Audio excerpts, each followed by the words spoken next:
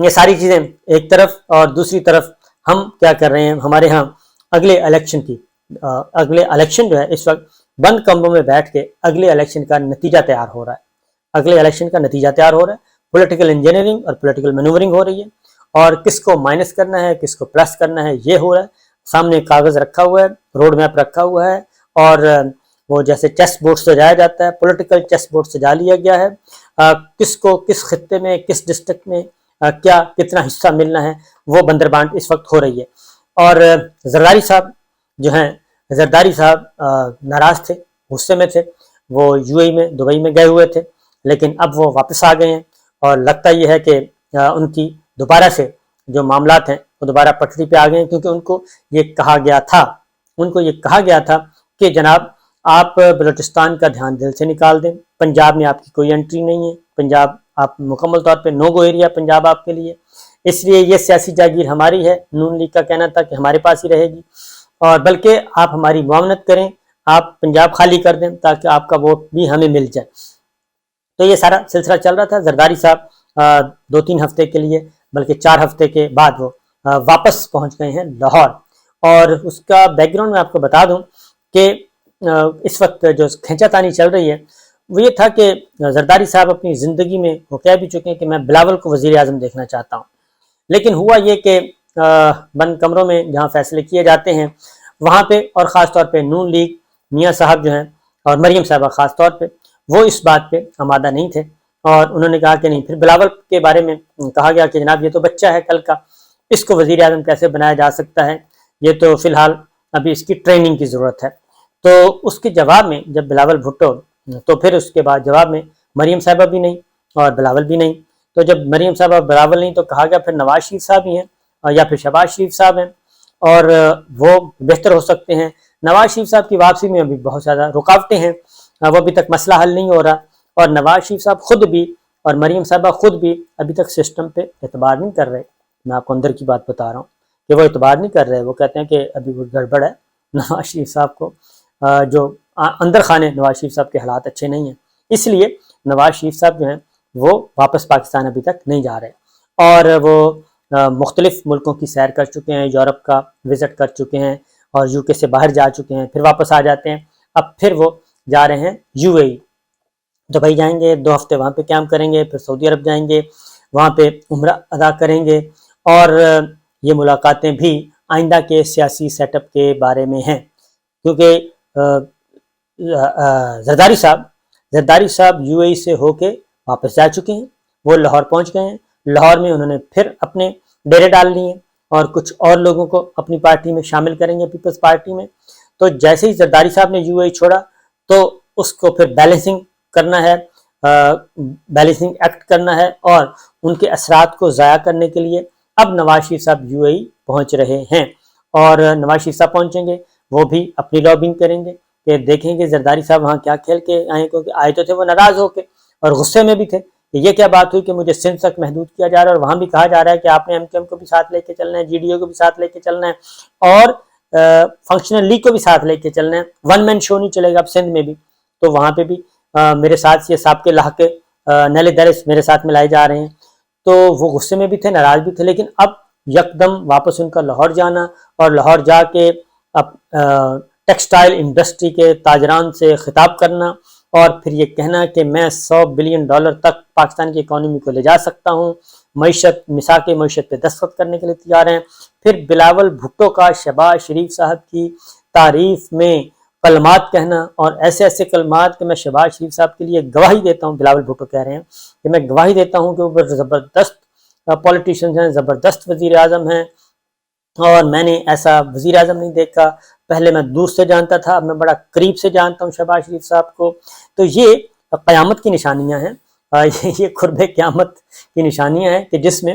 وہ ایک دوسرے کو، مجھے لگ یہی رہا ہے کہ ایک دوسرے کو لگا رہے ہیں چونا، ٹکا کے چونا لگا رہے ہیں، اور میرا خیال ہے کہ زرداری صاحب کا جو چونا ہے وہ زیادہ زبردست ہے، کیونکہ زرداری صاحب کا چونا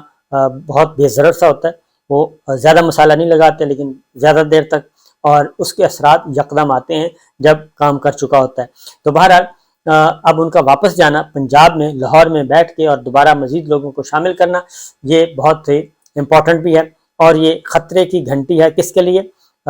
جناب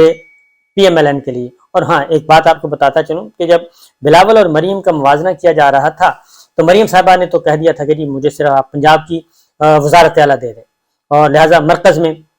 ہمارے بزرگوں میں سے کوئی آ جائے گا، جس کو بھی بنانا ہے آپ بنا دیں، مجھے دے دیں۔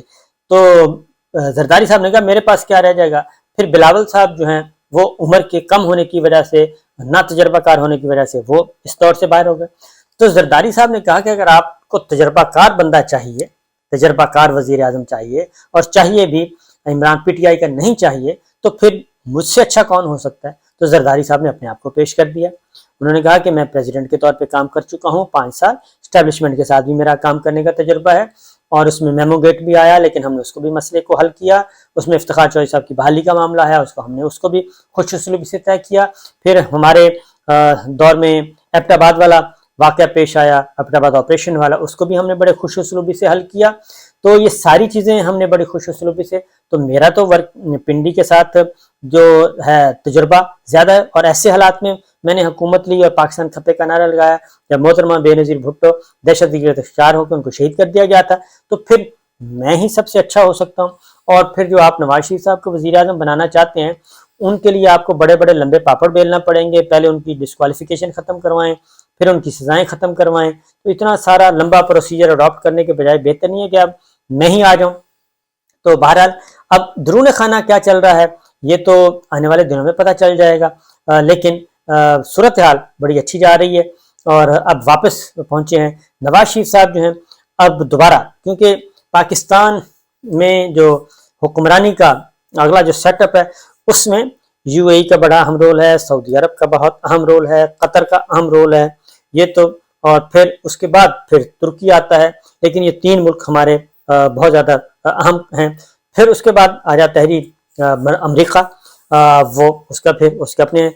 چائنا، اگلا جو سب سے امپورٹنٹ تو چائنا ہے اور سعودی عرب ہے، یو اے ای ہے، قطر ہے، یہ امپورٹنٹ ممالک ہیں۔ اور اس کے بعد پھر اگلے سٹیپ پہ امریکہ جو ہے، امریکہ بالکل وہ آپ کو ڈوز پہ ڈوز دیے جا رہا ہے، اور آئی ایم ایف آپ کے قابو میں نہیں آ رہا، آئی ایم ایف سے آپ کو کچھ نہیں مل رہا، اور یہ برادر ملک جو ہے یہ بھی آپ کو کہہ رہے ہیں کہ پہلے پولیٹیکل سٹیبلٹی اور اس کے بعد پھر سرمایہ کاری، آہستہ آہستہ لنگر آن کرتے جا رہے ہیں، اور لنگر آن کرتے کرتے وہ آ گئے ہیں اب الیکشن کی تاریخ کے قریب آ گئے ہیں۔ تو اس لیے اس سے پہلے یہ کچھ نہیں کریں گے، یہ ایگریمنٹس کرتے جائیں گے، آپ کے ساتھ معاملات طے کرتے جائیں گے، لیکن فائنل جو ایگریمنٹس ہونے ہیں وہ ہونے ہیں اگلی حکومت کے آنے کے بعد۔